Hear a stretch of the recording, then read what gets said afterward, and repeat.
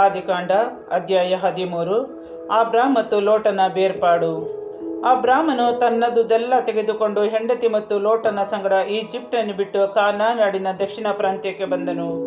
ಈಗ ಅವನಿಗೆ ಪಶು ಪ್ರಾಣಿಗಳಿದ್ದವು, ಬೆಳ್ಳಿ ಬಂಗಾರವಿತ್ತು. ಅವನೀಗ ಘನ ಧನವಂತನಾಗಿದ್ದನು. ಅಲ್ಲಿಂದ ಮುಂದೆ ಪ್ರಯಾಣ ಮಾಡುತ್ತಾ ಬೇತೇಲಿಗೂ ಆಯಿ ಎಂಬ ಊರಿಗೂ ನಡುವೆ ತಾನು ಹಿಂದೆ ಗುಡಾರ ಹಾಕಿ ಬಲಿಪೀಠವನ್ನು ಕಟ್ಟಿದ ಕ್ಷೇತ್ರವನ್ನು ತಲುಪಿದನು.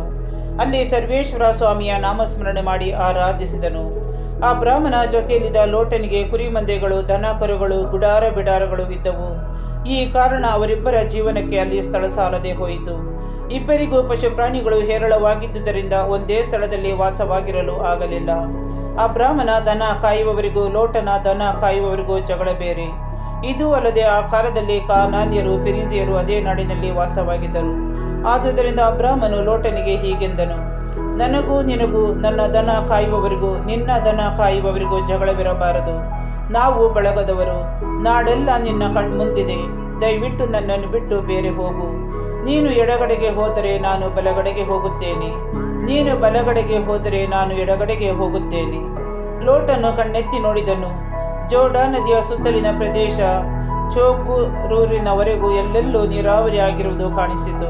ಸರ್ವೇಶ್ವರ ಸೊದೋಮ್ ಗೋಮೋರ ಪಟ್ಟಣಗಳನ್ನು ವಿನಾಶ ಮಾಡುವುದಕ್ಕೆ ಮುಂಚೆ ಈ ಪ್ರಾಂತ್ಯವು ಸರ್ವೇಶ್ವರನ ಉದ್ಯಾನವನದಂತೆ, ಈಜಿಪ್ಟಿನ ದೇಶದಂತೆ ನೀರಿನ ಸೌಕರ್ಯ ಪಡೆದಿತ್ತು. ಆದುದರಿಂದ ಲೋಟನು ಜೋರ್ಡಾನ್ ನದಿಯ ಸುತ್ತಲಿನ ಪ್ರದೇಶವನ್ನು ಆರಿಸಿಕೊಂಡು ಪೂರ್ವ ದಿಕ್ಕಿನ ಕಡೆಗೆ ಹೊರಟನು. ಹೀಗೆ ಅವರಿಬ್ಬರು ಬೇರೆ ಬೇರೆ ಆದರು. ಅಬ್ರಾಮನು ಕಾನಾನ್ ನಾಡಿನಲ್ಲೇ ವಾಸ ಮಾಡಿದನು. ಲೋಟನು ಜೋರ್ಡಾನ್ ನದಿಯ ಸುತ್ತಣ ಊರುಗಳಲ್ಲಿ ವಾಸ ಮಾಡುತ್ತಾ ಸೊದೋಮ್ಗೆ ಸಮೀಪದಲ್ಲಿ ಗುಡಾರ ಹಾಕಿದನು. ಸೊದೋಮಿನ ಪಟ್ಟಣದವರು ಬಹಳ ದುಷ್ಟರು, ಪ್ರಭುವಿನ ದೃಷ್ಟಿಯಲ್ಲಿ ಕಡು ಪಾಪಿಗಳು. ಹೆಬ್ರೋನಿಗೆ ಅಬ್ರಾಮನ ಆಗಮನ. ಲೋಟನು ಅಬ್ರಾಮನನ್ನು ಬಿಟ್ಟು ಹೋದ ಬಳಿಕ ಸರ್ವೇಶ್ವರ ಸ್ವಾಮಿ ಅಬ್ರಾಮನಿಗೆ, ನೀನಿರುವ ಸ್ಥಳದಿಂದಲೇ ದಕ್ಷಿಣೋತ್ತರ ಪೂರ್ವ ಪಶ್ಚಿಮಗಳ ಕಡೆಗೆ ಕಣ್ಣೆತ್ತಿ ನೋಡು. ನಿನ್ನ ಕಣ್ಣಿಗೆ ಕಾಣಿಸುವ ಈ ಪ್ರಾಂತ್ಯವನ್ನೆಲ್ಲ ನಿನಗೂ ನಿನ್ನ ಸಂತಾನಕ್ಕೂ ಶಾಶ್ವತವಾಗಿ ಕೊಡುತ್ತೇನೆ. ನಿನ್ನ ಸಂತಾನದವರನ್ನು ಭೂಮಿಯ ಧೂಳಿನಷ್ಟು ಅಸಂಖ್ಯಾತರನ್ನಾಗಿ ಮಾಡುತ್ತೇನೆ. ಭೂಮಿಯ ಧೂಳನ್ನು ಲೆಕ್ಕಿಸಲು ಸಾಧ್ಯವಾದಲ್ಲಿ ನಿನ್ನ ಸಂತಾನದವರನ್ನು ಲೆಕ್ಕಿಸಲು ಸಾಧ್ಯವಾದೀತು. ನೀನೆದ್ದು ಈ ನಾಡಿನ ಉದ್ದಗಲಕ್ಕೂ ತಿರುಗಾಡು, ಇದನ್ನು ನಾನು ನಿನಗೆ ಕೊಡುತ್ತೇನೆ ಎಂದು ಹೇಳಿದರು.